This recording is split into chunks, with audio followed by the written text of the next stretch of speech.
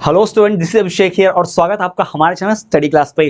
तो जैसा कि आप सबने थंबनेल में देख लिया होगा कि आज हम बात करने वाले हैं मध्य प्रदेश डीएलएड के द्वितीय वर्ष का विषय जिसका नाम है शिक्षा समाज और परिचर्या बोध। जी हां, समाज शिक्षा और परिचर्या बोध ये विषय है। इसका सभी इकाइयों का एमसीक्यू मैराथन क्लास आज हम आपके लिए लेकर आए हैं। यानी एक साथ चारों की चारों इकाइयों के एमसीक्यूज जो वस्तुनिष्ठ प्रश्नोत्तर होंगे, बहुविकल्पीय होंगे, रिक्त स्थान होंगे, सही जोड़ी मिलाओ जो भी होंगे सब कुछ हम एक साथ पूरा करा देंगे। यानी इस एक वीडियो को देखकर आपको इस विषय के सारे वस्तुनिष्ठ प्रश्नोत्तर की तैयारी हो जाएगी। तो वीडियो के एंड तक बने रहना बहुत महत्वपूर्ण है। यहीं से आपका पेपर क्वालिफाई हो जाएगा, बहुत अच्छे नंबर यहां से जरूर मिलेंगे इस एक वीडियो को देखकर। तो चलिए बिना किसी देरी के शुरू करते हैं डायरेक्टली इकाई 1 जिसका नाम है शिक्षा की दार्शनिक समझ। दार्शनिक मतलब फिलोसॉफिकल वे में, ध्यान रखिएगा, ठीक है। तो पहला एमसीक्यू, मूल्य मीमांसा की शाखा क्या है? मूल्य मीमांसा की शाखा क्या है? तो मूल्य मीमांसा की शाखा है नीति। नीति शास्त्र यानी कि नीति शास्त्री जो नीति वाले रहते हैं, यानी कि जो नीतियां बनाते हैं, जो प्लान्स बनाते हैं, आप कह सकते हो वैल्यूज, वो सब। तो नीति शास्त्री जो है यह मूल्य मीमांसा की शाखा है। मूल्य मीमांसा की शाखा क्या है? नीति शास्त्री। नंबर 2, अगला सवाल बढ़ते हैं। माध्यमिक शिक्षा आयोग के अनुसार भारतीय शिक्षा के प्रमुख उद्देश्य बतलाइए। जो माध्यमिक शिक्षा आयोग है ना, माध्यमिक शिक्षा आयोग जो है उसके अनुसार भारतीय शिक्षा के प्रमुख उद्देश्य, यानी भारत की शिक्षा के प्रमुख उद्देश्य क्या है? तो सबसे प्रमुख उद्देश्य क्या है? जनतांत्रिक नागरिकता का विकास करना, नेतृत्व के लिए कुशल जीवन यापन या व्यवसायिक कुशलता की उन्नति। सही उत्तर होगा जनतांत्रिक नागरिकता का विकास। क्या होगा? जन तांत्रिक, यानी कि आप कह सकते हो कि डेमोक्रेसी का, लोकतंत्र जैसा है ना। तो जनतांत्रिक नागरिकता का विकास यानी हमारे की डेमोक्रेसी को बढ़ाना, लोकतांत्रिक चीजों पर विश्वास बढ़ाना, यह हमारे शिक्षा का सबसे बड़ा उद्देश्य है। ठीक। दूसरा देखिए अगला, राष्ट्रीय प्रौढ़ शिक्षा संस्थान NIAE, राष्ट्रीय प्रौढ़ यानी जो वयस्क लोग होते हैं ना, जो ओल्ड एज वाले लोग रहते हैं, उससे ज्यादा एज वाले, उन प्रौढ़ लोगों के लिए जो शिक्षा के लिए एक संस्था बनाई गई है, इसकी स्थापना कौन से सन में हुई थी? इसकी स्थापना की कब की गई थी? 1990, 91, 92, 98, 1988, 88, 1988 में। ठीक। तो NIA की स्थापना कब गई थी? 1988 में, 1988 में। ठीक। आगे बढ़ते हैं, अगला सवाल देखिए भाई, जॉन डीवी किसका समर्थक था? जॉन डीवी जो है किस चीज का, यानी कौन सी आप कह सकते हो सिद्धांत पर वो चलता था, किस चीज का वो समर्थक था? वो प्रयोजनावाद है। जी हाँ, वो प्रयोजनावाद का बहुत बड़ा समर्थक था जॉन डीवी। याद रखिएगा, जॉन डीवी जो है वो प्रयोजनावाद के बहुत बड़े समर्थक थे। याद रखिए, रट लीजिए, जॉन डीवी किसके समर्थक है? प्रयोजनावाद के। ध्यान रखिएगा ना, प्रयोजनावाद के समर्थक। दर्शन शिक्षा की उपज है, यह परिभाषा, यह विचार किसका है? दर्शन शिक्षा की, फिलॉसफी जो है वो एजुकेशन की ही प्रोडक्शन है, यानी प्रोड्यूस है, यानी शिक्षा से ही आया है दर्शन। तो दर्शन शिक्षा की उपज है, यह विचार किसका है? तो यह विचार है डीवी का, जॉन डीवी का। जी हाँ, जॉन डीवी का यह विचार भी याद रखिएगा, जो दर्शन है वो शिक्षा की उपज है। किसने कहा? जॉन डीवी ने।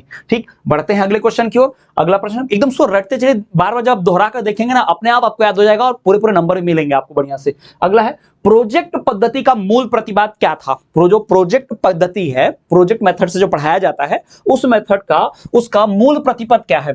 किसने इसको बताया, किसने इसको शुरू करवाया? तो किलपैट्रिक। याद रखिएगा, नाम क्या याद रखेंगे? पहला ही किलपैट्रिक। जी हाँ, किलपैट्रिक नाम याद रखिएगा। किलपैट्रिक ने ही प्रोजेक्ट पद्धति यानी प्रोजेक्ट मेथड की शुरुआत करी थी। क्लियर। नेक्स्ट सवाल देखो, किस दर्शन के अनुसार शिक्षा का केंद्र बालक है? यानी कौन से दर्शन, किस फिलॉसफी के आधार पर शिक्षा का जो सेंटर, जो केंद्र होता है ना, बच्चा होता है, बालक, यानी बालक को केंद्र में रखकर सिखाते हैं? कौन सा मेथड होता है, कौन सा सिद्धांत है? तो ये ध्यान रखिए, प्रकृतिवाद। यानी कि जो प्रकृतिवाद का सिद्धांत है वो कहता है कि शिक्षा के केंद्र में बालक ही होना चाहिए, यानी शिक्षा बाल केंद्रित होनी चाहिए। बाल केंद्रित शिक्षा तो आप सबने पहले ही पढ़ रखा होगा, है ना, कुछ भी ध्यान में आए, बाल केंद्रित शिक्षा, शिक्षा बाल केंद्रित ही होती है, केंद्रित या कहीं और केंद्रित नहीं। शिक्षा कैसी होती है? बाल केंद्रित होती है, ये आप ध्यान ही रखना हमेशा। क्लियर। तो किस दर्शन के अनुसार शिक्षा का केंद्र बालक होता है? तो प्रकृतिवाद, है ना, प्रकृतिवाद के हिसाब से, इस दर्शन के हिसाब से, इस फिलॉसफी के हिसाब से बालक जो है शिक्षा का केंद्र होता है। आगे बढ़े, नेक्स्ट देखिए अगला है, रविन्द्रनाथ टैगोर ने किस सिद्धांत को प्रस्तुत किया? रविन्द्रनाथ टैगोर ने किस प्रकार की फिलॉसफी, किस प्रकार के सिद्धांत को, किस प्रिंसिपल को उन्होंने दिया? तो रविन्द्रनाथ टैगोर ने जो सिद्धांत दिया वो था फिजिक्स, यानी कि भौतिकता का, फिजिकल चीजों का, है ना, भौतिकता का, है ना, भौतिकवाद का, है ना। उन्होंने भौतिकता का सिद्धांत दिया। किसने? रविन्द्रनाथ टैगोर। रविन्द्रनाथ टैगोर जो है उन्होंने रविन्द्रनाथ टैगोर ने किसका दिया? भौतिकता का दिया। ठीक, ये ध्यान रखिएगा। अगला, टैगोर के जीवन दर्शन की मुख्य बातें क्या थी? टैगोर का जो जीवन दर्शन था वो किस प्रकार से था, ठीक है। टैगोर का, गांधी का, इनका शिक्षा के ऊपर क्या विचार थे ना, सब पूछते रहता है, ध्यान रखना थ्योरी क्वेश्चंस में। और इन ऑब्जेक्टिव क्वेश्चंस की मदद से ना एक एक फैक्ट, एक एक पॉइंट याद रहेगा। इसको आप थ्योरी वाले क्वेश्चन जब इससे जुड़े हुए आएंगे ना, डिटेल वाले क्वेश्चन, दीर्घ उत्तरीय, लघु उत्तरीय, उसमें लिख पाओगे तो बड़ी मदद मिल जाती है एमसीक्यू पढ़ने से ना। डेटा अपने पास हो जाता है, फैक्ट हो जाते हैं हमारे पास। इसलिए कभी भी पढ़ाई की तैयारी एमसीक्यू से करनी चाहिए, ठीक। तो बात करें कि टैगोर के जीवन दर्शन की मुख्य बात क्या थी, तो टैगोर के जीवन की मुख्य बात क्या थी, अद्वैतवाद। हाँ, उनके ये शिक्षा दर्शन में बातें थी वैसे उनके जीवन में भी। ईश्वर की सत्ता में विश्वास, हाँ ठीक। मानवतावाद, हाँ। तो सही उत्तर क्या होगा, उपरोक्त सभी, जी हाँ, उनके जीवन में ये तीनों बातें थी। तो टैगोर के जीवन दर्शन की मुख्य बातें क्या क्या है, अद्वैतवाद भी है, ईश्वर की सत्ता पर ही विश्वास है और मानवतावाद है, तीनों मिला के। तो सही उत्तर क्या होगा, उपरोक्त सभी। सही ऑप्शन सारे हैं, सारे क्लियर। चलिए आगे बढ़े। मैं मानवता के हृदय में वास करने की इच्छा रखता हूं, यह कथन किसका है। मैं मानवता के हृदय में वास करने की इच्छा रखता हूं, यह कथन किसका है। महात्मा गांधी, टैगोर, विवेकानंद या अरविंद घोष। यह है हमारे रविंद्रनाथ टैगोर, जिन्हें गुरु कहा जाता है ना, गुरु रविंद्रनाथ टैगोर, है ना, टैगोर जी का, बंगाल की धरती, जिन्होंने हमारा जनगण मन लिखा, है ना, जिन्होंने गीतांजलि लिखा, जिन्हें साहित्य का नोबेल पुरस्कार मिला। जी हाँ, लिटरेचर, साहित्य यानी कविता, कहानी लिखने के लिए नोबेल प्राइज, दुनिया का सबसे बड़ा इनाम नोबेल प्राइज होता है, आपको पता है। तो नोबेल प्राइज पहली बार भारत में किसी को लिखने के लिए मिला तो रविंद्रनाथ टैगोर। तो सोचो कितना बेहतरीन लिखते होंगे, है ना। साहित्य का नोबेल प्राइज उन्हें मिला था। इन्हें नाइटहुड की उपाधि भी मिली थी इंग्लैंड से, ठीक है, पर इन्होंने अंग्रेजों को लौटा भी दी थी वो उपाधि। गांधी जी के पत्र का क्या नाम था, गांधी जी के पत्र का नाम क्या था, तो गांधी जी के पत्र का नाम हरिजन। अब कहेगो तो भाई वो जो पत्रिका निकालते थे ना, उसका नाम हरिजन। महात्मा गांधी अपने आश्रम में जो लोग रखते थे, जो आप कह सकते हो उस समय नीची जाति के माने जाते थे, लोअर कास्ट के माने जाते थे, उन्हें वो बहुजन न बोल के हरिजन कहते थे। हरिजन यानी चिल्ड्रन ऑफ गॉड, यानी भगवान के बच्चे। तो ये उन्होंने बहुजन की जगह पर शब्द निकाला था हरिजन, यानी सब हरिजन, हरि मतलब विष्णु भगवान, सब भगवान के बच्चे हैं, यानी कोई अपर जात नीची जात कुछ नहीं है, सब हरिजन, सब उनके बच्चे हैं, ठीक। तो गांधी जी के पत्र का नाम क्या था, हरिजन, ठीक, ध्यान रखिएगा।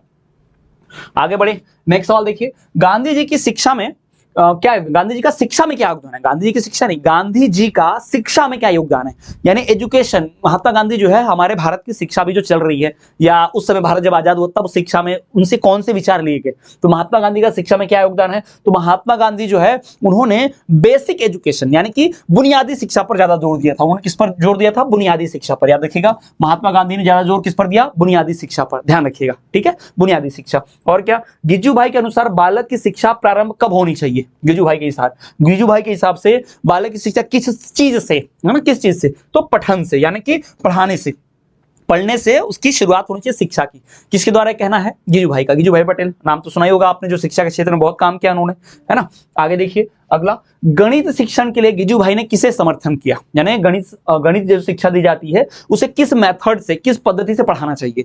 तो गिज्जू भाई के अनुसार गणित जो है वो कौन सी पद्धति से पढ़ाना चाहिए, किंडरगार्टन पद्धति से। किंडरगार्टन देखते हो ना आप, वो जो प्ले स्कूल होता है छोटे बच्चों का, किंडरगार्टन, है ना, वो उससे। तो गिज्जू भाई के अनुसार जो गणित शिक्षण है, गणित शिक्षण जो है वो किंडरगार्टन पद्धति से पढ़ाना चाहिए, किसके अनुसार, गिज्जू भाई के अनुसार, याद रखिएगा।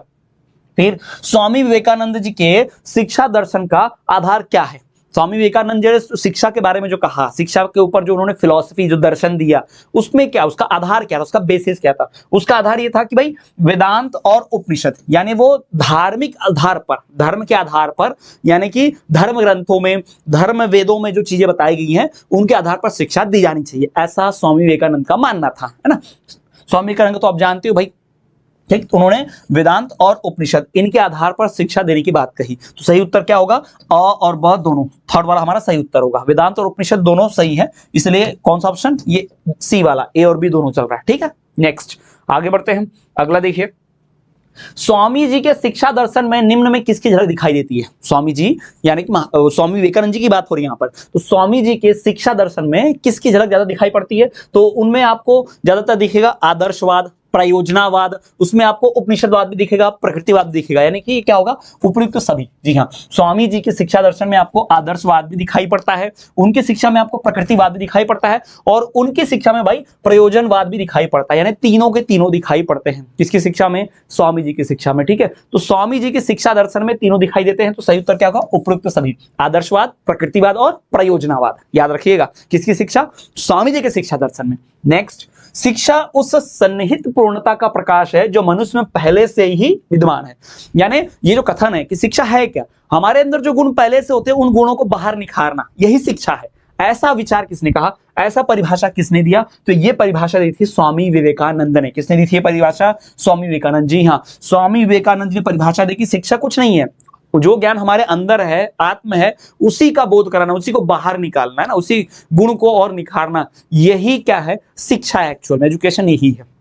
क्लियर है। चलिए तो आगे बढ़ते हैं, अगला प्रश्न देखिए।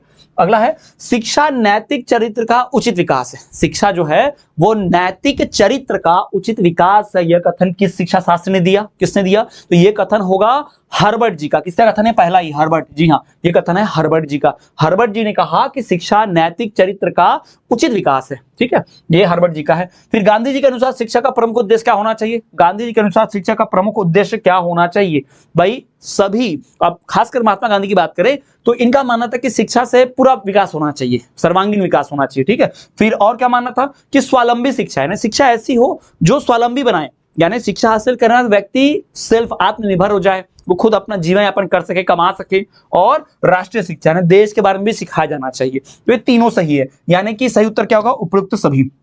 ठीक, तो महात्मा गांधी के अनुसार जो शिक्षा का प्रमुख कार्य क्या होता है कि उससे देश का यानी सर्वांगीण विकास होना चाहिए, पूरा ओवरऑल डेवलपमेंट होना चाहिए। फिर उससे स्वावलंबी शिक्षा यानी आत्मनिर्भर बनाए, स्वयं कमाने खाने लायक, अपनी जीविका चलाने लायक हो जाए बच्चा, और राष्ट्र के बारे में शिक्षा दी जाना चाहिए, यानी तीनों। तो महात्मा गांधी के अनुसार शिक्षा का यही कार्य है। तो सही उत्तर क्या होगा, उपयुक्त सभी। गांधी जी चाहते थे कि तीनों हो, यानी शिक्षा ये तीनों काम करे। अगला प्रश्न, जीवन ही शिक्षा है और शिक्षा ही जीवन है, ये किसका कथन है, जीवन ही शिक्षा है, शिक्षा ही जीवन है, ये कथन किसका, ये कथन है हमारे लॉक जी का। किसका है कथन, लॉक जी। जी हाँ, लॉक जी ने ही कहा कि शिक्षा जो है वही जीवन है और जीवन ही पूरी शिक्षा है। ठीक, याद रखिए किसका कथन है, लॉक जी का कथन है ये। ठीक, फिर समरहिल की शिक्षा प्रणाली का प्रमुख गुण क्या था। ठीक है, समरहिल ने जो शिक्षा प्रणाली इजाद की थी, उन्होंने जो शिक्षा प्रणाली बताई थी, सबको जो सिद्धांत दिया था, उसका प्रमुख जो गुण है, उसका जो खासियत है, सबसे मेन जो क्वालिटी है वो क्या थी। अगर उसकी मेन क्वालिटी की बात करें, उसकी मेन क्वालिटी क्या थी, बच्चों को खुशगवार इंसान बनाना, यानी बच्चों को ऐसा इंसान बनाओ जो हंसता खेलता एकदम हंसमुख रहे, खुशगवार रहे, है ना, खुशी बांटे, सबको खुश रखे, खुद भी स्वयं भी खुश रहे। तो शिक्षा का, समरहिल की शिक्षा प्रणाली का मुख्य प्रमुख गुण क्या था कि बच्चों को खुशगवार इंसान बनाना, बच्चों को खुशमिजाज खुशगवार इंसान बनाना। ठीक है, ये समरहिल की शिक्षा पद्धति का उद्देश्य था, उसका गुण था सबसे खास। औपचारिकतर शिक्षा किस समूह के बालक बालिकाओं को प्रदान की जाती है, औपचारिकोत्तर, औपचारिक शिक्षा के बाद का है ना, औपचारिकोत्तर शिक्षा किस समूह के बालक बालिकाओं को दी जाती है, तो यह 6 से 14 वर्ष के बच्चे, यानी कि वो जो आरटी वाला होता है ना, मुफ्त अनिवार्य शिक्षा की आयु 6 to 14 एज, तो ये 6 से 14 वर्ष की आयु के बच्चों को जो है वो औपचारिकोत्तर शिक्षा इन समूह के बालकों को दी जाती है, 6 से 14 वर्ष समूह के बालकों को। फिर सर्वोत्तम शिक्षा वही है जो संपूर्ण सृष्टि से हमारे जीवन का सामंजस्य स्थापित करती है। यह विचार किसने दिया, है ना, बस सर्वोत्तम शिक्षा वही है जो संपूर्ण सृष्टि से हमारे जीवन का सामंजस्य, यानी अच्छी शिक्षा उसको मानेंगे, सबसे बेहतर शिक्षा उसको मानेंगे जो पूरे दुनिया का, पूरी सृष्टि का, संपूर्ण सृष्टि का हमारे जीवन के साथ संबंध स्थापित कर दे, तो हमारे जीवन के साथ एकदम मेलजोल बिठा दे, सामंजस्य यानी मेलजोल बिठा दे। ठीक है, ये किसने कहा, यह विचार किसने दिया, विचार गुरु रविन्द्रनाथ टैगोर जी ने दिया। ठीक है, ये विचार गुरु रविन्द्रनाथ टैगोर का ही दिया हुआ है। क्लियर, ठीक है, चलो तो आगे बढ़े। नेक्स्ट अगला देखिए, अगला, मनुष्य की अंतर्निहित पूर्णता की अभिव्यक्ति ही शिक्षा है। यह कथन किसका है, मनुष्य की अंतर्निहित पूर्णता, मनुष्य के अंदर जो पहले से है उसको और पूर्ण बनाना, यही शिक्षा है, यही शिक्षा की अभिव्यक्ति है। यह कथन किसका है, यह कथन स्वामी विवेकानंद जी का। हमने पहले बताया था कि भाई उनके हिसाब से शिक्षा क्या है, व्यक्ति जो पहले से लेकर पैदा होता है, व्यक्ति को जो पहले से आता है, उसके अंदर जो पहले से गुण है, उन्हीं गुणों को निखारना, उन्हीं गुणों को अभिव्यक्त करना सिखाना, यही शिक्षा है। तो ये किसने कहा है, विवेकानंद जी, स्वामी विवेकानंद जी ने। फिर डेमोक्रेसी एंड एजुकेशन पुस्तक के लेखक कौन है, ठीक है, डेमोक्रेसी एंड एजुकेशन इस पुस्तक के लेखक कौन है, जॉन डीवी। ये लोकतांत्रिक चीज पे भरोसा करते हैं। ठीक है, तो डेमोक्रेसी और लोकतांत्रिक, है ना, डेमोक्रेसी एंड एजुकेशन, डेमोक्रेसी मतलब लोकतंत्र, डेमोक्रेसी एंड एजुकेशन, डेमोक्रेसी और लोकतंत्र और शिक्षा, इस पुस्तक के लेखक कौन है, जॉन डीवी। जॉन डीवी याद रखिएगा, जॉन डीवी इसके लेखक हैं। अगला सवाल, मारिया मोंटेसरी का जन्म कहां हुआ था, जिनके ऊपर ये मोंटेसरी पद्धति जिनकी देन है ना, मोंटेसरी स्कूल आजकल चलते हैं, तो उन्हीं मारिया मोंटेसरी का जन्म कहां हुआ था, उनका जन्म हुआ था इटली देश में। कौन से देश में, इटली, है ना, इटली प्रांत में। फिर टैगोर को अपने काव्य संकलन गीतांजलि के लिए नोबेल पुरस्कार मिला था। कौन से सन में मिला था? मैंने अभी आपको थोड़ी देर पहले बताया था, गुरु गोविंद रविन्द्रनाथ टैगोर को जो साहित्य के लिए नोबेल पुरस्कार मिला था वो किस सन में मिला था? तो वो मिला था उन्हें 1913 में। कब मिला था? 1913, जी हाँ, 1913, है ना। अपने काव्य संकलन गीतांजलि के लिए जो उन्होंने पुरस्कार मिला था 1913 में मिला था, नोबेल पुरस्कार मिला था रविन्द्रनाथ टैगोर को। अगला, काम्टे ने बौद्धिक विकास की कितनी अवस्थाएं बतलाई हैं? काम्टे जो मनोवैज्ञानिक हैं, बाल वैज्ञानिक हैं, उन्होंने कितनी बौद्धिक विकास की कितनी अवस्थाएं बतलाई हैं? तो उन्होंने बौद्धिक विकास की कुल 3 अवस्थाएं बतलाई हैं। कितनी अवस्थाएं बतलाई हैं? 3। बौद्धिक विकास की 3 अवस्थाएं बतलाई हैं। क्लियर है? चलिए अब आ जाते हैं हम अपने रिक्त स्थानों पर, यानी वस्तुनिष्ठ प्रश्न उत्तर हो गए, है ना। अब आ जाते हैं रिक्त स्थानों पर। नंबर 1, शिक्षा एक ऐसी प्रक्रिया है जो जीवन पर्यंत चलती है, माने मरते दम तक चलती है ना, जीवन पर्यंत, जब तक व्यक्ति जीवित है तब तक शिक्षा चलते रहती है। नंबर 2, दर्शन और शिक्षा एक ही सिक्के के 2 पहलू हैं। फिलॉसफी, है ना, फिलॉसफी, अब हमारे चैप्टर का नाम ही है शिक्षा की दार्शनिक समझ, तो भाई दर्शन के ऊपर तो आएगा ही ना। तो दर्शन और शिक्षा दोनों एक ही सिक्के के पहलू हैं। फिर भारत में वर्तमान में प्रचलित जो शिक्षा प्रणाली है वो किसकी देन है? इंग्लैंड, अंग्रेजों के दिन है। अभी जो हमारी शिक्षा प्रणाली चल रही है इसे कौन लेकर आया? लॉर्ड मैकलाय, है ना, जो अंग्रेजी शासक था, अंग्रेज था, उसी ने तो लाया है ये। भारत में वर्तमान में प्रचलित शिक्षा प्रणाली इंग्लैंड से आई है, उसी पर आधारित है। शिक्षण की विधियों में अनुभव तथा क्रिया द्वारा सीखने पर बल दिया जाना चाहिए, यानी शिक्षा में, सीखने की विधियों में, मेथड्स में सबसे ज्यादा जोर किस चीज पर देना चाहिए? देना चाहिए अनुभव पर, या क्रिया द्वारा सीखना, करके सीखना, है ना, एक्टिविटी के द्वारा, क्रिया द्वारा सीखने पर बल दिया जाना चाहिए। नेक्स्ट, शिक्षा वह प्रक्रिया है जिसके द्वारा बालक की जन्मजात शक्तियां बाहर प्रकट होती हैं। शिक्षा वह प्रक्रिया है जिसके द्वारा बालक की जन्मजात शक्तियां बाहर आती हैं, स्वामी विवेकानंद जी ने कहा था, है ना, याद होगा।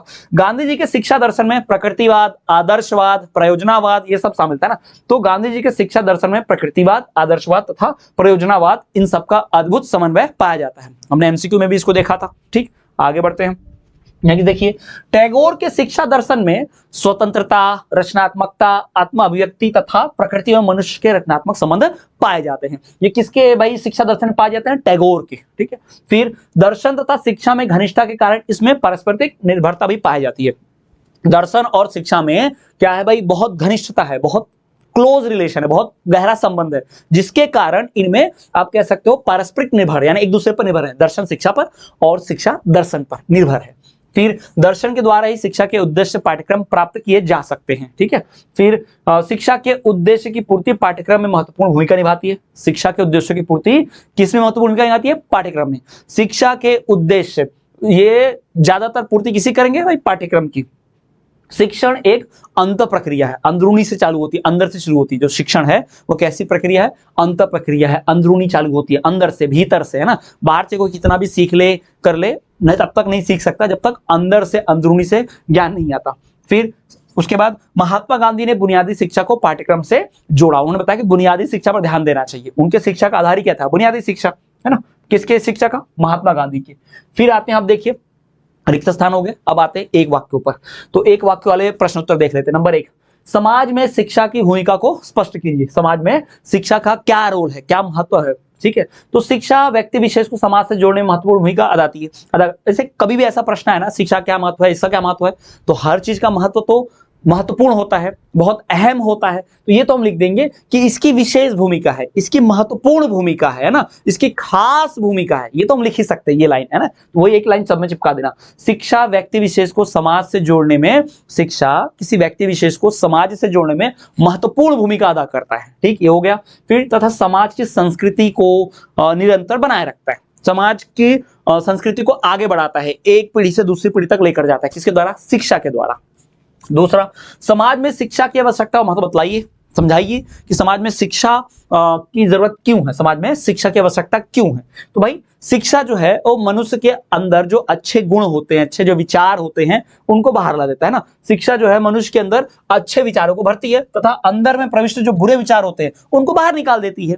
यानी देखो, हर व्यक्ति के अंदर तामसिक और सात्विक दोनों गुण होते हैं, अच्छे बुरे दोनों गुण होते हैं। ठीक है। तो शिक्षा क्या करती है? अच्छे गुणों को बढ़ाती है और बुरे गुणों को बाहर कम कर देती है, निकाल देती है। तो यही शिक्षा है। शिक्षा मनुष्य के अंदर अच्छे विचारों को डालती है, अच्छे विचारों को प्रविष्ट करती है, प्रवेश करती है, और जो बुरे विचार होते हैं उन्हें बाहर निकाल देती है। शिक्षा का समाज पर क्या प्रभाव पड़ता है? What is the impact of education on society? शिक्षा का समाज पर क्या प्रभाव पड़ता है? तो शिक्षा और समाज दोनों एक दूसरे के पूरक है, एक दूसरे के पर्याय कह सकते हैं आप, ठीक है। और शिक्षा के बिना समाज अधूरा है और समाज के बिना शिक्षा अधूरी है। ये दोनों चीजें चाहिए, क्योंकि भाई जब तक सामाजिकरण नहीं होगा तो शिक्षा संपूर्ण कैसे मिलेगी, है ना। समाज में रहने लायक भी तो होना। तो शिक्षा तभी कंप्लीट होगी जब समाज होगा, समाज तभी ढंग से चलेगा जब शिक्षा मिलेगी। तो शिक्षा और समाज दोनों एक दूसरे का क्या है? पूरक है। और भाई क्या होगा? शिक्षा के बिना समाज अधूरा है और समाज के बिना शिक्षा अधूरी है। यही इन दोनों का परस्पर संबंध है, ध्यान रखिएगा। अगला, भारतीय विचारक महात्मा गांधी के अनुसार शिक्षा को बतलाइए। भारतीय जो विचारक महात्मा गांधी हैं, यानी भारत के जो विचारक है, थिंकर, फिलोसफर जिसे हम कह सकते हैं न, तो उनके अनुसार शिक्षा क्या है? तो महात्मा गांधी के अनुसार शिक्षा की बात करें तो महात्मा गांधी का शिक्षा से तात्पर्य बालक और मनुष्य के शरीर, मन तथा आत्मा के सर्वांगीण तथा सर्वोत्कृष्ट विकास के। ये किसने बोला? महात्मा गांधी ने बोला। क्लियर। फिर अगला सवाल देखिए, भारतीय दार्शनिक तथा विचारक स्वामी विवेकानंद ने शिक्षा को कैसे अभिव्यक्त किया? जो स्वामी विवेकानंद हैं, भारतीय दार्शनिक हैं, भारतीय फिलोसफर रहे हैं और विचारक, थिंकर रहे हैं। उन्होंने बहुत योगदान दिया हमारे देश में, समाज में, देश में नहीं पूरी दुनिया में। तो उनका शिक्षा को कैसे, उन्होंने शिक्षा को क्या बतलाया, उनके हिसाब से शिक्षा एक्चुअल में है क्या? ठीक है। तो मैंने पहले बताया कि स्वामी विवेकानंद मानते थे कि शिक्षा है क्या? तो व्यक्ति के अंदर जो पहले से गुण कौशल होते हैं उसको निखारना, उसको अभिव्यक्त करना। ये महात्मा गांधी, उनके स्वामी विवेकानंद के विचार है। महात्मा गांधी नहीं, स्वामी विवेकानंद। तो वही देखिए, स्वामी जी के अनुसार मनुष्य की अंतर्निहित पूर्णता, मनुष्य के अंदर जो पहले से अंतर्निहित, अंदर पहले से जो चीजें हैं, पूर्णता को अभिव्यक्त करना, जाहिर करना ही शिक्षा है। उनका ऐसे शिक्षा क्या है? स्वामी विवेकानंद जी के हिसाब से शिक्षा अंदर जो निहित है, अंतर्निहित शिक्षा, अंतर्निहित गुण को पूरी तरह से सामने लाना, पूरी तरह से अभिव्यक्त करना, यही शिक्षा है।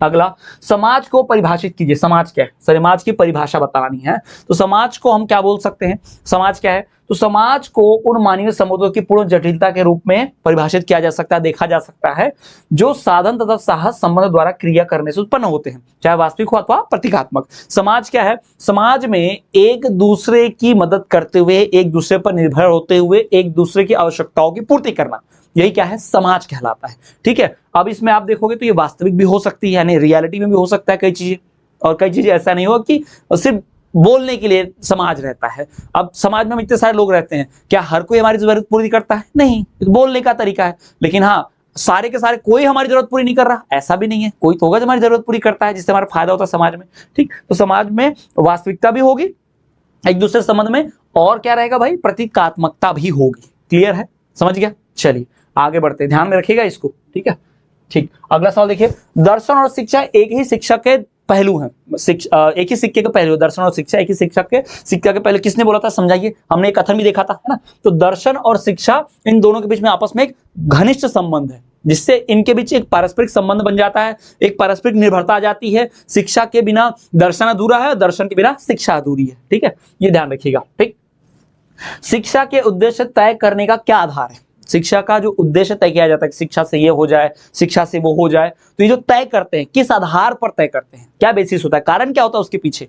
तो शिक्षा के उद्देश्य तय करने का मुख्य आधार समाज की जरूरतें, आवश्यकताएं हैं। ठीक है। अब समाज में रहने के लिए पैसा चाहिए, समाज में रहने के लिए मान सम्मान चाहिए, समाज में रहने के लिए धन संपत्ति चाहिए, तो यही तो शिक्षा से जरूरी है। शिक्षा का जो उद्देश्य है यही तो है, सर्वांगीण विकास शिक्षा का उद्देश्य। ठीक है, स्वावलंबी होना, जीवन यापन करना, ये भी शिक्षा का विकास। राष्ट्रवाद, ये भी, ये सब महात्मा गांधी ने तो कहा था ना, स्वावलंबी होना, सर्वांगीण विकास होना और राष्ट्र हित के बारे में बतलाना, ये सब शिक्षा का ही विचार है। तो ये सब, इनको ध्यान में रखकर ही शिक्षा की जरूरतें बताई गई हैं, उद्देश्य बनाए गए हैं। शिक्षा प्रक्रिया के मुख्य अंग कौन कौन से हैं? जब शिक्षा होती है, यानी जब एजुकेशन देते हैं, पढ़ना लिखना सिखाते हैं, पढ़ाई होती है, तो उसके जो प्रमुख अंग होते हैं कौन कौन से हैं? तो शिक्षा प्रक्रिया के जो प्रमुख अंग की बात करें तो शिक्षा प्रक्रिया के प्रमुख अंग, मुख्य 3 अंग जो है, शिक्षार्थी, शिक्षक तथा पाठ्यक्रम है, जो समाज का ही अंग होते हैं। जो क्या होते हैं? समाज का ही अंग होते हैं। तो शिक्षा प्रक्रिया के मुख्य 3 अंग कौन कौन से हैं? शिक्षार्थी, फिर शिक्षक और पाठ्यक्रम। शिक्षार्थी, शिक्षक और पाठ्यक्रम। शिक्षार्थी यानी स्टूडेंट, शिक्षक यानी टीचर, और फिर पाठ्यक्रम सिलेबस, पढ़ने वाला, पढ़ाने वाला, और क्या पढ़ना है वो, है ना। शिक्षार्थी, शिक्षक और पाठ्यक्रम, ये 3 मुख्य अंग है शिक्षा के। क्लियर है? समझ आया? ठीक, अगला देखिए, मानव समाज में शिक्षा के महत्व पर प्रकाश डालिए। मानव जो समाज है, हम इंसानों का जो सोसाइटी समाज है, उसमें शिक्षा का क्या महत्व है, उस पर थोड़ा सा प्रकाश डालिए। तो शिक्षा लोगों के मस्तिष्क को उच्च स्तर पर ले जाती है ना। शिक्षा मनुष्य के मस्तिष्क को उच्च स्तर पर विकसित करती है, हाईएस्ट लेवल पर लेकर जाती है, ठीक है, और समाज के लोगों के बीच भेदभाव हटाने में मदद करती है। अगर कोई व्यक्ति पढ़ा लिखा है और फिर भी वो मनुष्य में भेदभाव करता है, ऊंचा जात नीचा जात, सफेद गोर काला, है ना, अगर ऐसा हिंदू मुस्लिम ऐसा कुछ भेदभाव करता है ना, स्त्री पुरुष, इसमें सब भेदभाव करता है ना, तो व्यक्ति शिक्षित नहीं है, वो अनपढ़ ही है ना, उसकी शिक्षा का कोई फायदा नहीं है। तो शिक्षा जो है वो मनुष्य के मस्तिष्क को, विचारों को उच्चतम स्तर पर ले जाती है, यानी व्यक्ति बहुत हाईएस्ट लेवल तक सोचने लगता है, उच्चतम स्तर पर सोचने लगता है, ठीक है, और लोगों के बीच का जो भेदभाव होता है या जो सामाजिक भेदभाव होता है उसको दूर कर देता है। ये कौन करता है? शिक्षा, एजुकेशन। फिर शिक्षा एक्चुअल में क्या है? शिक्षा मानव के विकास की क्या है? कुंजी है। शिक्षा मानव के विकास की कुंजी है। शिक्षा जीवन पर्यंत चलने वाली प्रक्रिया है। शिक्षा जो है जीवन पर्यंत, लाइफ टाइम चलती है। शिक्षा जीवन पर्यंत चलने वाली प्रक्रिया है, अनवरत, अनवरत तो कभी नहीं रुकने वाली, है ना, बिना रुके, बिना कोई हॉल्ट लिए, ठीक है। फिर हेनरी के अनुसार पाठ्यचर्या क्या है? हेनरी जो है उन्होंने पाठ्यचर्या के बारे में क्या बताया या पाठ्यक्रम के बारे में क्या बताया? सब एक ही है, पाठ्यचर्या पाठ्यक्रम, ना। तो हेनरी के अनुसार पाठ्यक्रम वह साधन है जिसके द्वारा हम बच्चों को शिक्षा के उद्देश्यों को प्राप्ति के योग्य बनाने की आशा करते हैं। यानी पाठ्यक्रम वो चीज है जिससे हम उम्मीद करते हैं कि बच्चों को जो हमें जो सिखाना है, जो शिक्षा का उद्देश्य है, वो पूरा हो जाए। तो पाठ्यक्रम वह साधन है, वह रिसोर्स है जिसके द्वारा हम ये सुनिश्चित करते हैं कि बच्चों को शिक्षा के उद्देश्य की पूर्ति हो जाए। ठीक, ये हेनरी के द्वारा बताई गई परिभाषा। ठीक, तो ये हो गई इकाई एक। इकाई एक की ये पूरी एमसीक्यूज हमने देख ली। अब हम बढ़ेंगे इकाई दो, जिसका नाम है शिक्षा के उद्देश्य। इकाई दो शिक्षा के उद्देश्य की बात कर लेंगे, ठीक है, इसके एमसीक्यूज देखेंगे। कुल 4 इकाइयां हैं। अभी दूसरी इकाई की बात करते हैं। पहली इकाई थोड़ी ज्यादा बड़ी थी, ये उतनी नहीं है। चलिए बात करें इकाई दो की, शिक्षा के उद्देश्य। पहला एमसीक्यू, शिक्षा के उद्देश्य के निर्धारण के प्रमुख आधार क्या है? शिक्षा के उद्देश्य के निर्धारण के प्रमुख आधार की बात करें तो प्रमुख आधार क्या है? समाज। याद रखिएगा, शिक्षा का मुख्य आधार ही जो होता है समाज, क्योंकि बच्चा समाज में रहने लायक बन सके, समाज के उद्देश्यों की पूर्ति कर सके, समाज में कमा सके, खा सके, रह सके, मिलजुल कर रह सके, समाज को कुछ दे सके, यही तो है शिक्षा का आधार मुख्य। फिर आगे बढ़ेंगे, अगला देखिए भाई, शिक्षा की प्रक्रिया के आधारभूत स्तंभ कौन से? शिक्षा के जो बेसिक पिलर्स जिन पर शिक्षा चल रही है ना, जो शिक्षा के आधारभूत स्तंभ है उसकी बात करें तो कौन कौन से हैं? तो वो क्या है? वो भाई क्या अध्यापक है, क्या छात्र है, क्या सामाजिक वातावरण है? तीनों। भाई अगर अध्यापक ना हो तो कैसे शिक्षा होगी? अगर छात्र ही ना हो तो टीचर किसको पढ़ाएगा? और छात्र और अध्यापक हो, टीचर हो, लेकिन समाज में माहौल ढंग का ना हो तो ये तीनों जरूरी है। ठीक है, तीनों जरूरी है। सही उत्तर क्या होगा? उपरोक्त सभी। तो शिक्षा की प्रक्रिया के जो आधारभूत स्तंभ है तीनों, अध्यापक भी, छात्र भी और सामाजिक वातावरण भी। क्लियर? नेक्स्ट, किशोर न्याय अधिनियम 2000 को कब संशोधित किया गया? यानी कब इसको थोड़ा सा चेंज किया गया? किशोर न्याय अधिनियम 2000 को जो संशोधन किया गया था, ये 2 बार किया गया था संशोधन, 2006 और 2010 में। कब किया गया था संशोधन? 2006 और 2010 में। ध्यान रखिएगा, किशोर न्याय अधिनियम 2000 को संशोधित किया गया था 2006 में और 2010 में। 2 बार संशोधन किया गया, अमेंडमेंट किया गया कॉन्स्टिट्यूशन में। अगला देखिए, बच्चों में मूल्यों के विकास में कौन अहम भूमिका निभाता है? बच्चों के मूल्यों के विकास में सबसे अहम भूमिका कौन निभाता है? तो सबसे अहम भूमिका किसकी होती है? परिवार की या समाज की, विद्यालय की? भाई तीनों। बच्चे के विकास में परिवार का सबसे ज्यादा, विद्यालय का भी सबसे ज्यादा और समाज का भी सबसे ज्यादा। तो इन तीनों का महत्वपूर्ण भूमिका होता है। तो सही उत्तर क्या होगा? उपरोक्त सभी। जी हाँ, उपरोक्त सभी, यानी परिवार, समाज और विद्यालय तीनों मिलकर बच्चे के नैतिक मूल्यों में, सामाजिक मूल्यों में, शिक्षा के मूल्यों में जो विकास में बहुत भूमिका अदा करते हैं ना, मेन ये तीनों है। उसके बाद शाला प्रबंध समिति किस विधेयक के अंतर्गत गठित किया जाता है? जो शाला प्रबंधन समिति होती है, स्कूल मैनेजमेंट जो कम्युनिटी होती है, कमिटी, उस किस विधेयक के अंतर्गत, यानी कौन से लॉ के अंतर्गत, है ना? तो ये कौन से लॉ के अंतर्गत होता है? तो ये होता है शिक्षा का अधिकार विधेयक 2009। शिक्षा का अधिकार विधेयक 2009। जी हाँ, शिक्षा का अधिकार विधेयक 2009 के अनुसार इसके अंतर्गत ही शाला प्रबंधन समिति विधेयक बनती है। शाला प्रबंधक समिति किसके अंतर्गत बनती है? कौन से लॉ के अंतर्गत, कौन से विधेयक के अंतर्गत? शिक्षा का अधिकार विधेयक 2009 के अंतर्गत। ध्यान रखिएगा, शिक्षा का अधिकार विधेयक 2009 के हिसाब से। नेक्स्ट, अगला देखिए, भारतीय संविधान की विशेषताएं बतलाइए। भारतीय संविधान की विशेषताओं की बात करें तो भारत के संविधान धर्मनिरपेक्ष है, बिल्कुल, यानी कि किसी धर्म को भी भेदभाव नहीं करता, सेकुलर है ना। संघवाद, हम फेडरल सिस्टम को फॉलो करते हैं, यानी केंद्र की अलग रूल और राज्यों की अलग रूल, ऐसा रहता है ना, केंद्र सरकार अलग, राज्य सरकार अलग।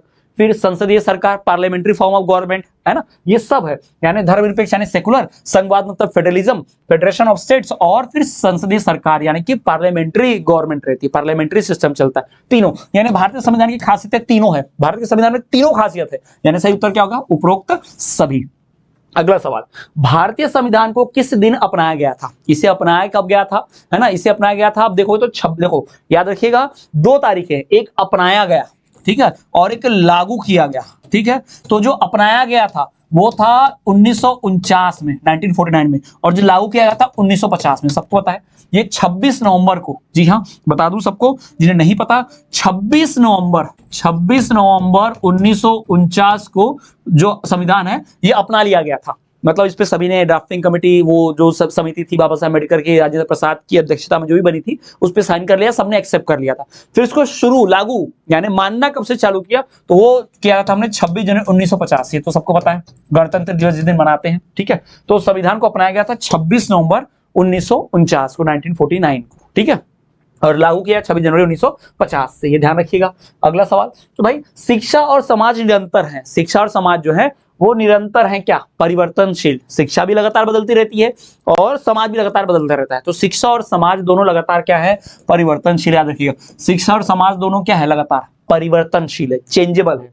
फिर मानव अधिकार संरक्षण अधिनियम कब पारित किया गया था, कब ये संसद में बिल आया, कब पास हुआ, तो मानव अधिकार संरक्षण अधिनियम जो है ये 1993, 1993 कब हुआ था, 1993 में, 1993 में। तो मानव अधिकार संरक्षण अधिनियम, है ना, मानव अधिकार संरक्षण अधिनियम 1993 में पारित हुआ था, पास हुआ था, रट लीजिएगा इसको बढ़िया से। अगला सवाल देखिए, बाल विवाह निषेध अधिनियम, चाइल्ड मैरिज को रोकने के लिए, चाइल्ड मैरिज प्रोहिबिशन एक्ट, ये अधिनियम कब आया, 2006 वाला, है ना, इसे कब लागू किया गया था, 2006 में बना होगा ये लॉ। तो लागू कब किया गया था, इसे लागू किया गया था 1 नवंबर 2007 से, 1 नवंबर 2007 से बाल विवाह को कानूनी जुर्म एकदम घोषित कर दिया गया था, बाल विवाह चाइल्ड मैरिज जो पूरी तरह से बैन लग गया था। ये कब हुआ, अधिनियम यानी लॉ, बिल जो आया था 2006 में ही आ गया था, ठीक है, उस पर चर्चा हुई, इसके नियम कानून बने, है ना, लोकसभा राज्यसभा में खूब चर्चा हुई, इस पर वाद विवाद हुआ, उसके बाद फाइनली इसको अतः 1 नवंबर 2007 को लागू कर दिया गया था, बाल विवाह अधिनियम, है ना, बाल विवाह रोकथाम अधिनियम। फिर आ जाइए, अब इसके एमसीक्यूज हो गए, रिक्त स्थानों की बात कर लेते हैं, इसके जो फिल इन द ब्लैंक्स है। शिक्षा के उद्देश्यों के निर्धारण के प्रमुख आधार क्या है, व्यक्ति और समाज है। शिक्षा के मुख्य उद्देश्यों के निर्धारण के प्रमुख आधार व्यक्ति और समाज। दूसरा, शिक्षा के उद्देश्यों को व्यक्तिगत उद्देश्य तथा सामाजिक उद्देश्य में वर्गीकृत किया गया है। शिक्षा के उद्देश्य 2 तरह में बांट दिए गए, 2 वर्गीकरण है उसका, एक व्यक्तिगत उद्देश्य और एक सामाजिक उद्देश्य, यानी व्यक्ति का पर्सनल और समाज का सामूहिक, ठीक है। उसके बाद शिक्षा एक कैसी प्रक्रिया, अनवरत, कभी न रुकने वाली, अनवरत का मतलब क्या होता है, कभी न रुकने वाली प्रक्रिया है। फिर शिक्षा बालक को सामाजिक परिवेश के साथ समायोजित करना सिखा देती है, शिक्षा बालक को सामाजिक परिवेश के साथ, यानी समाज के जो परिवेश है, यानी जो माहौल है, ठीक है, उसके साथ समायोजित यानी घुलना मिलना सिखा देती है। और क्या, शिक्षा के स्वरूप में आने वाले परिवर्तन भी समाज की बदलती जरूरतों पर निर्भर करते हैं, यानी शिक्षा में जो परिवर्तन आप देखोगे, शिक्षा में जो परिवर्तन आएंगे वो आने वाले समाज में जो जरूरतें रही है ना बदलती, उसके आधार पर ही होंगे। शिक्षा के स्वरूप में आने वाले परिवर्तन, हाँ, समानता का अर्थ है कि समाज में कोई विशेष अधिकार युक्त वर्ग न हो। शिक्षा, अब समानता यानी कि इक्वालिटी, जिसे राइट टू इक्वालिटी हम कहते हैं, समानता का अधिकार, इसका अर्थ क्या है कि कोई भी ऐसा वर्ग न हो समाज में जिसे विशेष अधिकार प्राप्त हो, इसे समानता, ठीक है। समानता का अर्थ है समाज में कोई विशेष अधिकार युक्त वर्ग ना हो। अब विशेष अधिकार ना हो किसी वर्ग को, ये तो थोड़ा सा विवादित लगता है, क्योंकि हमारे समाज में कुछ वर्ग ऐसे हैं जिन्हें विशेष अधिकार दिया गया है। अब ये जाति के आधार पर हो, धर्म के आधार पर हो, या फिर जेंडर के आधार पर हो, दिया तो गया है विशेष अधिकार जो समानता को चुनौती देते हैं थोड़ा सा, ठीक है। खैर ये विवादित है, कंट्रोवर्शियल टॉपिक है, इस पे हम नहीं पढ़ते हैं बहस में, किसी और दिन इस पर चर्चा करेंगे। अगला देखिए, मानव अधिकार संरक्षण अधिनियम सन 1993 में पारित हुआ, अभी पढ़ा था। फिर बाल विवाह निषेध अधिनियम 2006 1 नवंबर 2007 से चालू हुआ था, अभी पढ़ा हमने।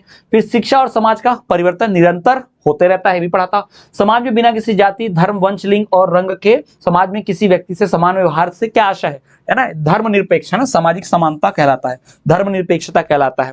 ठीक है, सामाजिक समानता का मतलब क्या है, ना धर्म के आधार पर, ना जाति के आधार पर, ना रंग के आधार पर, ना वर्ण, ना जेंडर, इन सब में से किसी के आधार पर भेदभाव नहीं करना, क्या कहलाता है, सामाजिक समानता, इक्वालिटी। ठीक, और क्या, बच्चों के अधिकारों की घोषणा राष्ट्र संघ ने सन 1989 में की थी, यूनिसेफ। ठीक है, ये इकाई, ये फर्स्ट ईयर में भी हमने पढ़ रखा था, बाल विकास में, है ना, बाल व्यवस्था बाल विकास में, यूनिसेफ जिसे कहा जाता है, ये बच्चों का एक जो संयुक्त राष्ट्र संघ है, यूनाइटेड नेशंस, उसकी एक संस्था है, उसकी एक शाखा है, जिन्होंने बच्चों के अधिकारों की घोषणा राष्ट्र संघ ने, संयुक्त राष्ट्र संघ ने कब की थी, सन 1989 में, 1989 में।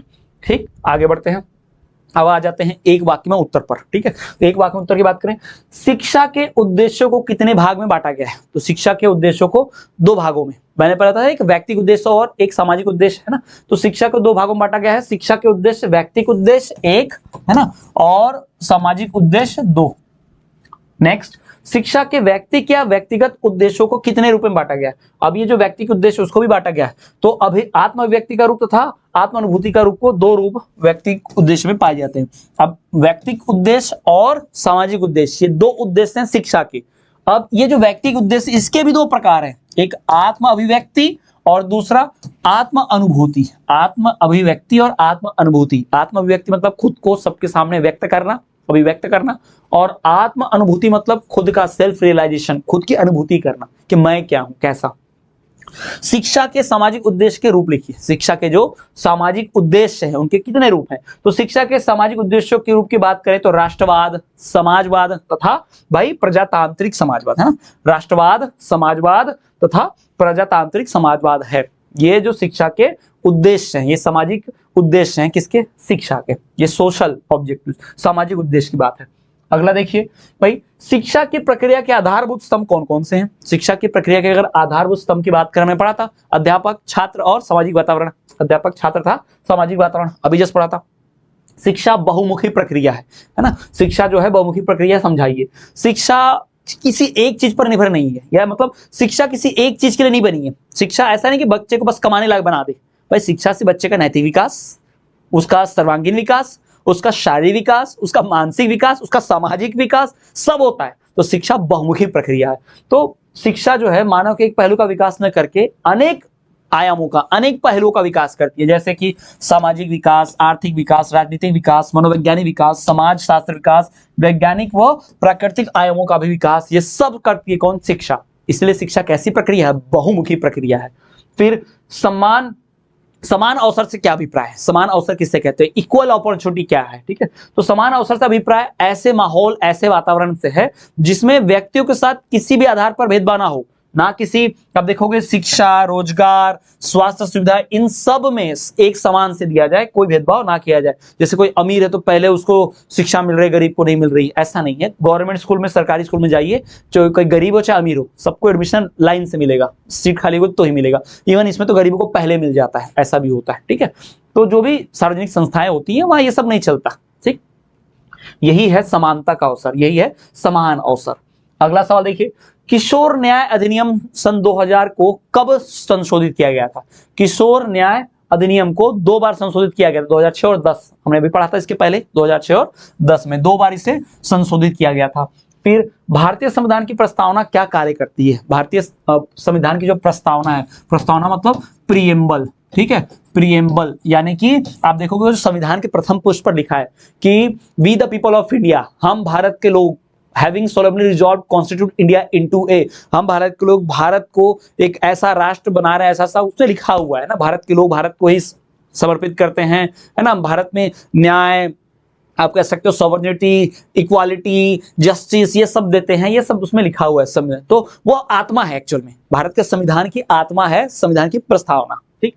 तो प्रस्तावना एक संविधान के लिए एक परिचय के रूप में कार्य करती है, समरी जैसा। यानी इतनी मोटी जो हमारी संविधान की किताब है, अगर उसको समझना है तो उसके पहले पन्ने को पढ़ लो, यानी किस आधार पर लिखा गया, उसके अंदर क्या है, पहले समझ में आ जाएगा। तो समरी टाइप है, समरी है, समझ लो ऐसा। फिर मूल्यों के विकास में कौन कौन अहम भूमिका निभाते हैं? मूल्यों के विकास में कौन कौन सी चीज अहम भूमिका निभाते हैं? तो बच्चों में मूल्यों के विकास में सबसे ज्यादा अहम भूमिका परिवार, फिर समाज और विद्यालय, है ना, ये सब लोग बहुत महत्वपूर्ण भूमिका निभाते हैं। यानी बच्चे किस मूल्य का होगा, किस मूल्य मतलब कितने रुपए नहीं भाई, यानी अच्छा होगा, नैतिक मूल्यों की बात हो रही है, यहाँ पर संस्कारों की बात हो रही है, मोरल वैल्यूज की बात हो रही है।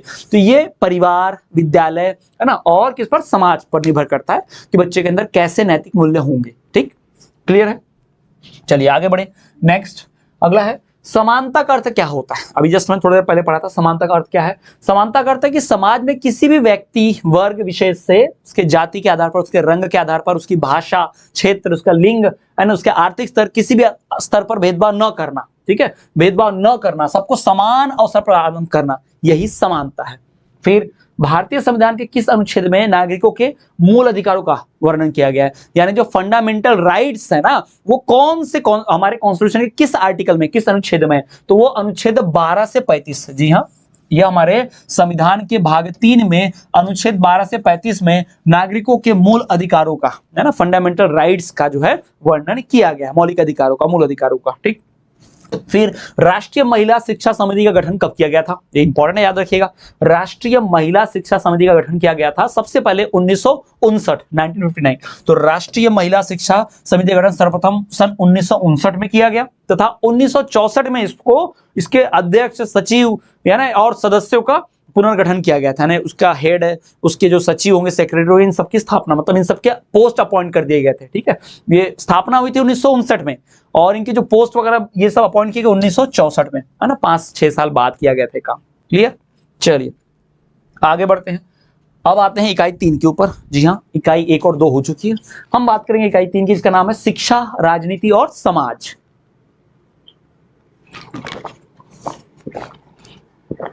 तो बात करें इसकी इकाई 3 की, शिक्षा, राजनीति और समाज की। इसके वस्तुनिष्ठ प्रश्न उत्तर देखेंगे। सबसे पहले पहला देखिए, वैदिक कालीन शिक्षा का प्रमुख केंद्र क्या था, यानी वैदिक कालीन शिक्षा का प्रमुख केंद्र कहां पर था, मतलब वैदिक कालीन शिक्षा सबसे पहले कहां ज्यादा मिलती थी, तो तक्षशिला, नालंदा और तक्षशिला नाम तो सुन रखा होगा आपने। नालंदा और तक्षशिला में वैदिक कालीन में सबसे पहले शिक्षा वहीं, दुनिया की 2 सबसे पहले कॉलेज, यूनिवर्सिटी जो आप कह सकते हो ना, यही थी, नालंदा और तक्षशिला, है ना, बिहार। अगला देखिए, मुस्लिम काल में उच्च शिक्षा का केंद्र कहां होता था। मुस्लिम काल में उच्च शिक्षा का केंद्र मदरसा होता था, है ना, मदरसों में उच्च शिक्षा दिखाई जाती थी, प्राप्त होती थी लोगों को मुस्लिम काल टाइम पे। ठीक है, फिर पबज्जा संस्कार का शाब्दिक अर्थ क्या है। पबज्जा का मतलब क्या होता है, पबज्जा का मतलब होता है बाहर जाना। बाहर जाना मतलब पढ़ाई लिखाई करने, घर बार छोड़ के। आपने देखा होगा ना कि बच्चे पहले के समय क्या होता था, गुरुकुल में रहकर पढ़ते थे, अपना घर छोड़कर वहां पढ़ते थे ना, इसे पबज्जा कहा जाता था। इसका मतलब क्या है, बाहर जाना, घर छोड़ना, घर का त्याग करना, शिक्षा ग्रहण करने के लिए। बौद्ध काल में उच्च शिक्षा की अवधि थी। बौद्ध काल में जो उच्च शिक्षा मिलती थी वो कब मिलती थी, 12 वर्ष की अवधि होती, मतलब कब नहीं, कितने साल तक, है ना, उच्च शिक्षा यानी हायर एजुकेशन 12 ईयर्स तक, 12 साल तक शिक्षा लेनी पड़ेगी, है ना, ये बौद्ध काल में होता था। भारत में मुस्लिम शिक्षा आयोग, मुस्लिम शिक्षा का प्रमुख उद्देश्य क्या था। भारत में जो मुस्लिम शिक्षा मिलती थी, मुस्लिम लोग जो शिक्षा देते थे या मुस्लिम धर्म के बारे में बताते थे, उसका मुख्य उद्देश्य क्या था, उसका मुख्य उद्देश्य था इस्लाम का प्रसार, है ना। इसमें ऐसा कोई उद्देश्य नहीं था कि बच्चों को बहुत वैज्ञानिक बनाना है, बहुत ये साइंस टेक्नोलॉजी, वैज्ञानिक सोच वगैरह लानी है, नहीं, मुस्लिम धर्म का प्रचार करना है, इसलिए इस्लामिक शिक्षा जो है ये भारत में मुस्लिम शिक्षा का मुख्य यही उद्देश्य था। ठीक है, आगे बढ़े। नेक्स्ट देखिए, जब भी, अब इसमें ही नहीं, किसी भी धर्म के आधार पर जब शिक्षा मिलती है ना, तो कोई भी धर्म अपने उस धर्म को बढ़ाना चाहता है, उसी का प्रचार करता है, सिर्फ मुस्लिम धर्म ही नहीं, और यहां मुस्लिम की बात हुई तो उसी धर्म की बात हो रही है। शिक्षा व्यवहार में उत्तरोत्तर सामंजस्य की प्रक्रिया है।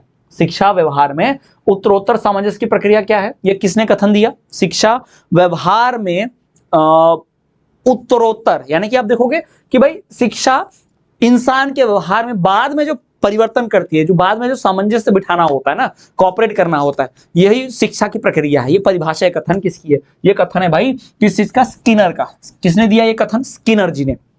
नेक्स्ट, विश्वविद्यालय शिक्षा आयोग के अध्यक्ष कौन थे। विश्वविद्यालय शिक्षा आयोग के अध्यक्ष जो थे डॉक्टर सर्वपल्ली राधाकृष्णन। जी हाँ, हमारे पहले उपराष्ट्रपति, स्वतंत्र भारत के पहले उपराष्ट्रपति, जिनके नाम पर ही शिक्षक दिवस मनाया जाता है, पता ही होगा आपको, है ना, 5 सितंबर, डॉक्टर सर्वपल्ली राधाकृष्णन। ठीक, यही हमारे वो शिक्षा अध्यक्ष थे जो महाविद्यालय शिक्षा की समिति थी। 10+2+3 ये जो शिक्षा प्रणाली है, 10, 12 और 3 साल का कॉलेज, ऐसा ही रहता है ना, 3 साल या 4 साल। ठीक, तो 10+2+3 की जो शैक्षिक संरचना है, यह सुझाव सबसे पहले किसने दिया था सर्वप्रथम, है ना? सबसे पहली बार ये सुझाव कोठारी आयोग ने दिया था, कोठारी कमीशन, कोठारी आयोग ने दिया था कि शिक्षा ऐसी बटी होनी चाहिए, पहले शुरू के 10 साल, उसके बाद 2 साल हायर एजुकेशन 11वीं-12वीं, और उसके बाद 3 साल का कॉलेज ग्रेजुएशन जो रहता है हमारा 3-4 साल का जो भी हो, ठीक।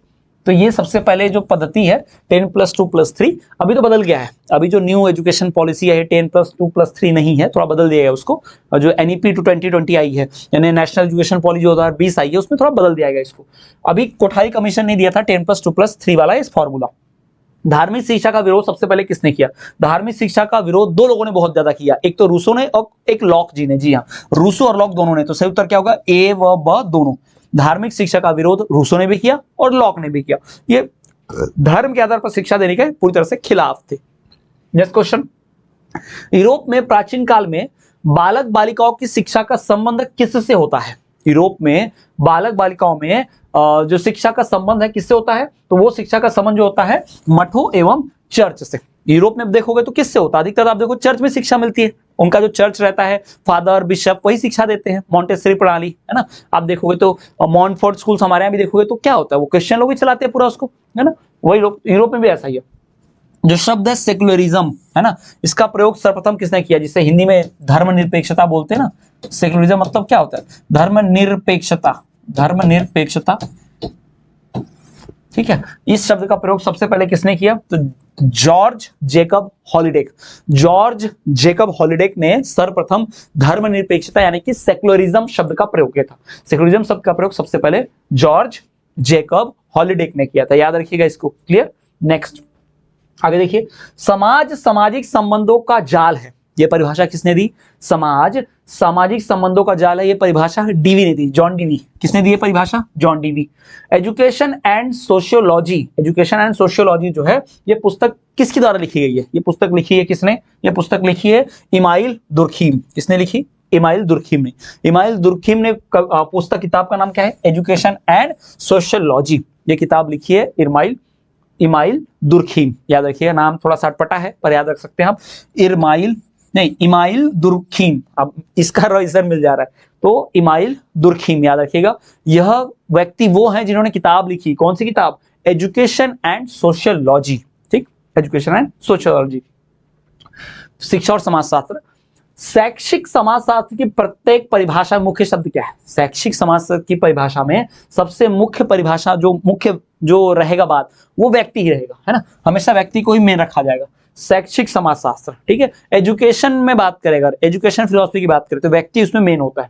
फिर शिक्षा को कैसी प्रक्रिया कहा गया है? शिक्षा को कैसी प्रक्रिया कहा गया है? तो शिक्षा एक सामाजिक प्रक्रिया है, सोशल, है ना। शिक्षा कैसी प्रक्रिया भाई? सामाजिक प्रक्रिया। शिक्षा जो है एक सामाजिक प्रक्रिया है। कैसी प्रक्रिया? सामाजिक। आगे बढ़े, जनतंत्र वह सरकार है जिसमें सब लोग भाग लेते हैं। जनतंत्र यानी लोकतंत्र, डेमोक्रेसी। जनतंत्र वह सरकार जिसमें सब लोग भाग लेते हैं। यह परिभाषा किसने दी थी? यह परिभाषा दी थी सिले ने। सिले ने परिभाषा दी, जनतंत्र वह सरकार है या वह तंत्र है जिसमें सभी लोग भाग लेते हैं। सिले ने परिभाषा दी थी। जनतंत्र जनता का, जनता के द्वारा, जनता के लिए है। Democracy is of the people, for the people and by the people. ये तो सुना ही होगा सबने, अब्राहम लिंकन, बहुत फेमस। किसने दी थी परिभाषा? भाई अब्राहम लिंकन ने। जी हाँ, अमेरिका के राष्ट्रपति रह चुके हैं, पूर्व राष्ट्रपति अब्राहम लिंकन, इन्होंने परिभाषा दी थी डेमोक्रेसी की। आई एम श्योर कि आप सबने जब भी डेमोक्रेसी, लोकतंत्र, इसके बारे में सामाजिक विज्ञान में पढ़ा होगा बचपन में, तो ये डेफिनेशन जरूर पढ़ी होगी। Democracy is of the people, for the people and by the people. किसने कहा? ये अब्राहम लिंकन ने कहा था। ठीक, आगे बढ़े। नेक्स्ट अगला देखिए, सन 1975 को किस वर्ष के रूप में मनाया जाता है? सन 1975 को किस वर्ष के रूप में? महिला वर्ष के रूप में मनाया जाता है। किस वर्ष के रूप में? महिला, यानी विमेन्स ईयर, महिला वर्ष के रूप में। राष्ट्रीय महिला परिषद की स्थापना कब हुई? राष्ट्रीय महिला परिषद की स्थापना सन 1959, 1959। राष्ट्रीय महिला परिषद की स्थापना सन 1959, 1959 में हुई थी। राष्ट्रीय महिला परिषद की स्थापना। नेक्स्ट, रट लेना है इसको भाई, क्योंकि कोई उपाय नहीं है इसको याद रखने का, रटना ही पड़ता है। वैसे एक बार याद रहेगा तो बाद में ऑप्शन आता है परीक्षा में तो समझ में आता है। 1959 की बात हुई है। फिर सन 1958 में महिला शिक्षा संबंधित कौन कौन सी समिति बनी थी? क्योंकि समिति बनने के बाद ही तो महिला शिक्षा परिषद बनी थी 1959 में, और ये 58 में ही समितियां बन गई थी। कौन कौन सी समिति बनी थी? तो भाई यहाँ पर जो समिति बनी थी उसका नाम दुर्गाबाई देशमुख समिति। क्या नाम था? दुर्गाबाई देशमुख समिति बनी थी 1958 में, 1958 में, जब महिला को शिक्षा से संबंधित कुछ ऐसा काम चल रहा था तब, और 1959 में महिला शिक्षा परिषद बन गया था 1959 में। लोकतंत्र शासन का वह रूप है जिसमें जनता के द्वारा और जनता के लिए शासन होता है। ये कथन किसका है? किसका कथन है ये? Abraham Lincoln. अभी तो जस्ट रिपीट हुआ था अमेरिका के राष्ट्रपति, democracy of the people, for the people and by the people. Next, लोकतंत्रीय शिक्षा का प्रमुख उद्देश्य क्या है? लोकतंत्र शिक्षा का सबसे प्रमुख उद्देश्य है एक अच्छे नागरिक का निर्माण करना, एक बिल्ड अ गुड सिटीजन, है ना, आइडियल सिटीजन, एक अच्छे नागरिक का निर्माण करना। ये लोकतंत्र में शिक्षा का सबसे बड़ा क्या है? उद्देश्य होता है। फिर संविधान ने सभी को कौन सा अधिकार प्रदान किया है? संविधान ने शिक्षा का, नौकरी का, व्यवसाय का, आंदोलन करने का। शिक्षा ने सबको मतलब संविधान ने सबको शिक्षा का अधिकार दिया हुआ है। ठीक है, संविधान ने सबको कौन सा अधिकार दिया? शिक्षा का, एजुकेशन का, राइट टू एजुकेशन। फिर उसके बाद प्रजातंत्र का अर्थ क्या होता है? जनता का, जनता के द्वारा। किसने बोला? Abraham Lincoln. बार बार रिपीट हो रहा है, ध्यान रखिएगा, है ना। Democracy of the people, for the people and by the people. Yashpal समिति का गठन किया गया किस सन में? यशपाल समिति का गठन सन 2000 में किया गया। यशपाल समिति का गठन कब किया गया? सन 2000 में, 2000 में, सन 2000 में, ईयर 2000 में यशपाल समिति का गठन किया गया था। अगला सवाल, भारतीय शिक्षा आयोग के अध्यक्ष कौन थे? भारतीय शिक्षा आयोग के अध्यक्ष doctor DS Kothari. Doctor DS Kothari, इन्हीं के नाम पर तो कोठारी आयोग, कोठारी समिति बनी हुई है। तो डॉक्टर DS कोठारी जो है वो भारतीय शिक्षा आयोग के अध्यक्ष रह चुके हैं। ठीक है, इनके नेतृत्व में ही शिक्षा शुरू हुई थी हमारे यहाँ। किस तरह से देंगे, क्या देंगे, सब इन्हीं ने डिसाइड कर रखा था। ठीक है, चलिए अब आते हैं रिक्त स्थानों पर।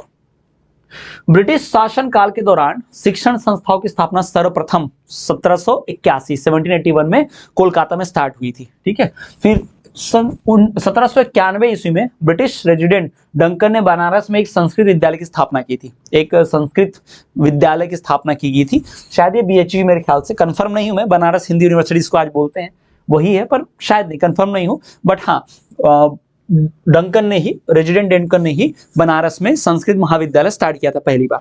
फिर शिक्षक ही समाज का शिल्पकार और मार्गदर्शक होता है। शिल्पकार मतलब गढ़ना, जो शिल्प कला यानी पत्थर को तोड़ के एक मूर्ति बनाता है ना। तो हम ही शिक्षक ही तो समाज का रूप बनाते हैं। हम बच्चों को जैसा पढ़ाएंगे समाज में वैसे बच्चे निकलेंगे, है ना। तो समाज का शिल्प, समाज का निर्माण कौन करता है? शिक्षक। शिक्षक का स्तर सामाजिक सांस्कृतिक लोकाचार को प्रतिबिंबित करता है ना। शिक्षक का जो स्तर है वो सामाजिक सांस्कृतिक लोकाचार को प्रतिबिंबित करता है। प्रतिबिंब का मतलब दर्शाना। नेक्स्ट, ब्राह्मण, क्षत्रिय और वैश्य तथा शूद्र, इन 4 वर्णों में लोगों का विभाजन हुआ था। पहले जो आप देखो ना, जो वर्ण के आधार पर समाज चलता था, पहले समाज में वर्ण के आधार पर विभाजन था, है ना। तो इसमें सबसे पहले ब्राह्मण, फिर क्षत्रिय, फिर उस पे वैश्य और उसके बाद फिर शूद्र, इन 4 वर्णों में समाज की स्थापना की गई थी। ठीक, किसी भी वर्ग, समुदाय, समाज तथा राष्ट्र के विकास की सबसे पहली सीढ़ी क्या होती है? शिक्षा। किसी भी वर्ग, समाज, मान लो हिंदू लोग विकास करना चाहते हैं तो हिंदू लोगों को पहले पढ़ना पड़ेगा। मान लो ST SC लोग विकास करना चाहते हैं तो पहले पढ़ना पड़ेगा। बाबा साहब अम्बेडकर ने भी तो यही कहा, है ना। तो याद रखिएगा, किसी भी समाज, वर्ग, जाति, महिलाओं को आगे बढ़ना है तो पहले क्या करना पड़ेगा? शिक्षा हासिल करनी पड़ेगी, सिंपल। तो शिक्षा ही है जो विकास के लिए सबसे जरूरी है। पहली चीज, ब्रिटिश काल में शिक्षा में मिशनरियों का प्रवेश हुआ था। मिशनरी मतलब कौन? धर्म के प्रचारक। जो लोग धर्म का प्रचार प्रसार करते हैं उन्हें क्या बोलते हैं? मिशनरी। और ये हमारे देश में धर्म के प्रचार करने वाले लोग कब से आए? ब्रिटिश काल में आना शुरू हुए। ठीक है, क्रिश्चियन लोग पूरा प्रचार करना आप देखोगे तो इन्होंने शुरू किया था। तो ब्रिटिश काल में ही शिक्षा में मिशनरियों का प्रवेश हुआ। बालक की प्रथम पाठशाला परिवार है। बच्चा का पहला स्कूल क्या होता है? परिवार ही होता है, क्योंकि चीजें परिवार से सीखता है। ठीक है, फिर वर्तमान में भारतीय संविधान के अंतर्गत नागरिकों के मूल कर्तव्य कितने हैं?